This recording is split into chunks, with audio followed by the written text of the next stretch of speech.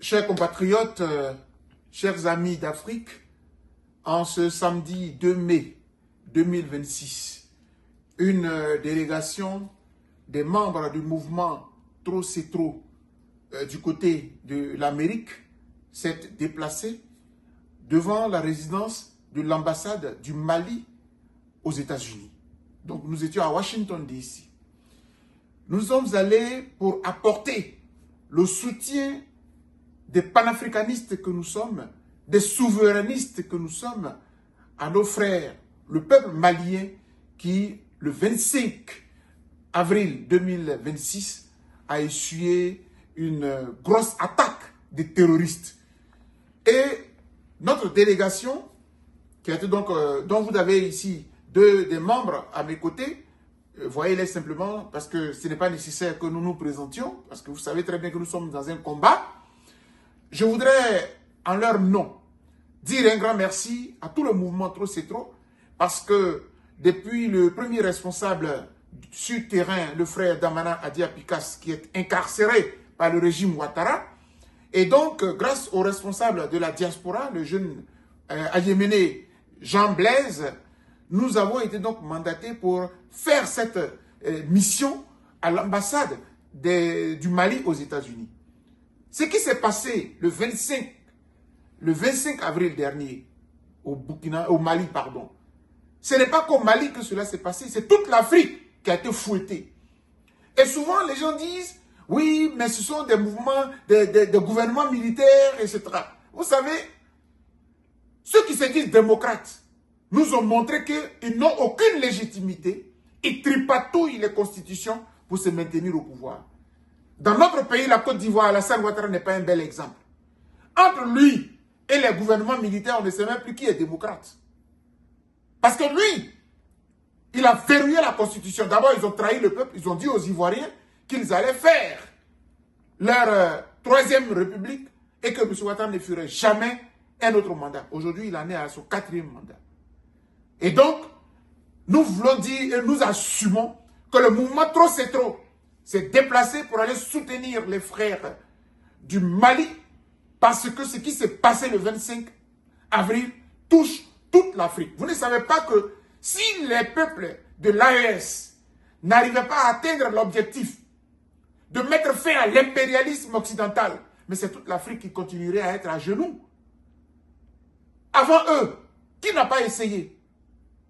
D'abord Nkrumah, les Lumumba, même Laurent Gbagbo. Finalement, tout se bute à quoi? À l'impérialisme qui est plus fort. Laurent Gbagbo avait tout, un grand homme politique, qui n'a pas abouti. Parce que l'impérialisme est fort, il a été vitrifié par Nicolas Sarkozy. Donc aujourd'hui, nous avons le devoir de soutenir les frères du Mali, du Niger et du Burkina Faso. C'est ce que nous sommes allés dire, c'est ce que nous sommes allés faire. En terminant, nous voulons rendre un grand hommage à ce frère d'Afrique, le général Sadio Camara, qui s'en est allé de façon lâche par ces terroristes. Et vraiment, nous-mêmes, on s'interroge. Comment il peut se trouver des gens qui sont d'accord avec les terroristes? Pourquoi soutenez-vous des terroristes contre les gouvernements du Mali, du Burkina et du Niger? Pourquoi? Alors qu'en tant qu'Ivoirien, on ne doit pas accepter le terrorisme.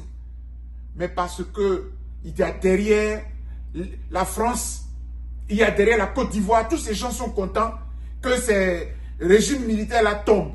Écoutez, les régimes militaires ne sont pas installés en Côte d'Ivoire. Chez nous, en Côte d'Ivoire, il y a eu un régime militaire, les Ivoiriens se sont soulevés, le régime militaire a fui. C'était en 2000.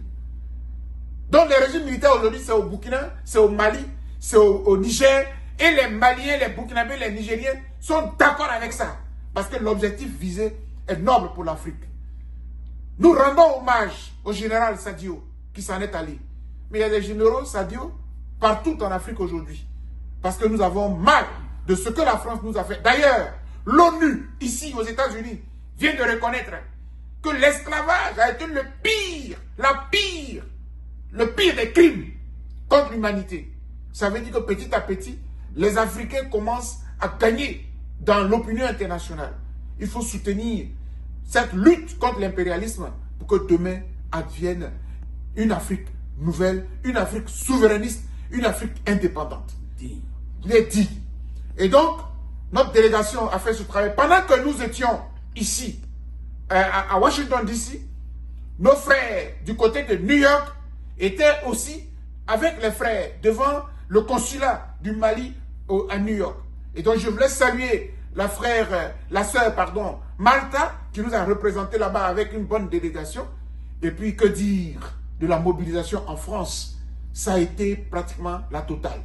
Voilà, donc je pense que c'est toute l'Afrique qui était en phase aujourd'hui pour soutenir ces frères qui font la fierté de l'Afrique parce que nous sommes fatigués d'être colonisés. Nous voulons être indépendants et souverains. Nous sommes des hauts cadres. Au même titre que les Occidentaux, on a fait les mêmes études. Il n'y a pas de raison que nous continuions à lécher les bottes comme le font certains dirigeants aujourd'hui.